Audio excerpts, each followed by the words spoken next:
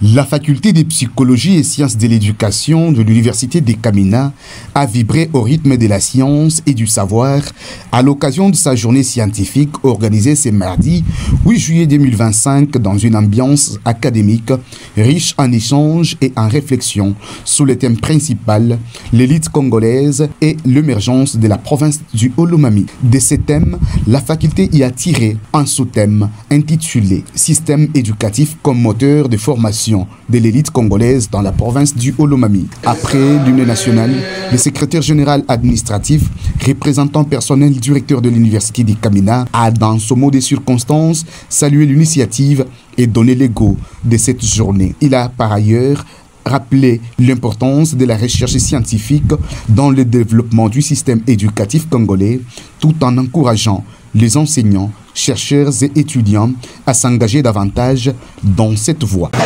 Chers chercheurs, premièrement, nous vous félicitons de ce courage pris pour le partage de vos connaissances scientifiques.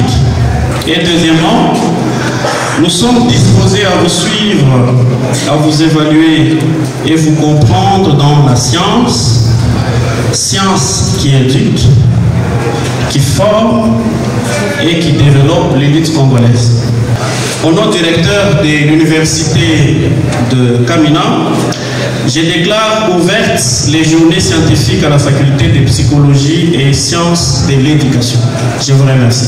Prenant ensuite la parole, le doyen de la faculté, le professeur Arnold Katwamba Bassamunda Ponsar, a exprimé sa fierté de voir l'implication active, soulignant l'importance de la recherche en cohérence avec les objectifs académiques de l'université.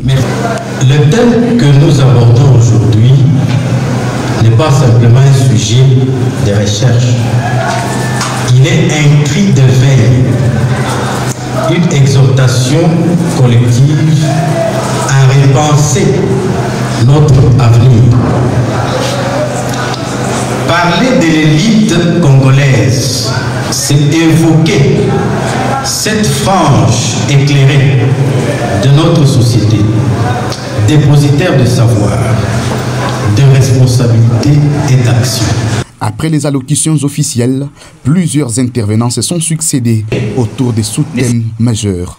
Le premier intervenant, l'assistant Xavier Laurent Keba, centrait son exposé sur l'orientation scolaire des apprenants. Je suis le premier orateur, je vais parler de l'orientation scolaire de l'apprenant.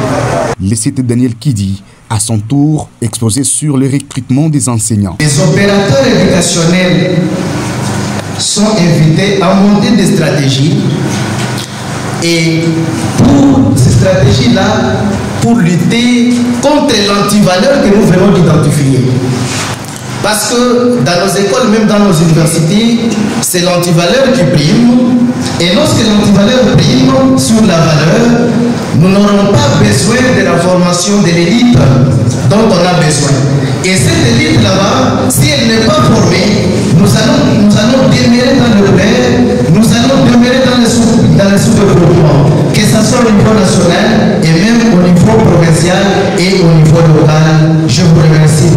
Suivi du chef des travaux Christian Monga qui s'est allé sur la gratuité de l'enseignement en République démocratique du Congo.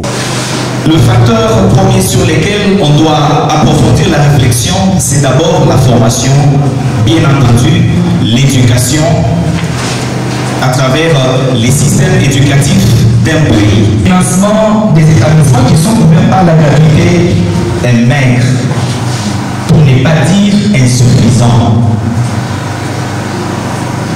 La surcharge des infrastructures.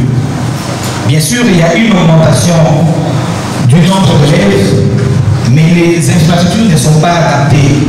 Il y a une surcharge. Les bâtiments qui sont délabrés, il n'y a plus d'espace.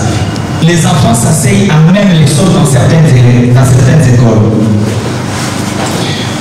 L'ordre pédagogique fait qu'une salle de classe regorge simplement tout au plus 55 élèves. Mais ce qui n'est plus le cas aujourd'hui. Il y a dans certaines écoles où il y a plus de 100 élèves. Enfin, l'assistant Martin Ilunga décryptait la situation de la motivation et des effets collatéraux de baisse des niveaux des apprenants dans l'enseignement. Bien sûr, dans cette orientation, il y a une orientation pré-professionnelle. Lorsqu'on oriente l'enfant, on suppose que demain cet enfant sera un enseignant. Demain cet enfant sera une élite congolaise. Mais si l'on ne procède pas correctement dans cette orientation, on n'aura pas affaire à l'élite congolaise. Il y a un recrutement à tous les niveaux que lorsqu'on constate qu'il y a un besoin. Et le recrutement doit respecter une procédure quelconque. L'État n'avait pas mal réfléchi. C'était bien, il fallait que tous les élèves se retrouvent dans une salle de classe en train d'étudier sans ou avec les moyens de leurs parents, pourvu que le Congo puisse émerger en produisant les élites.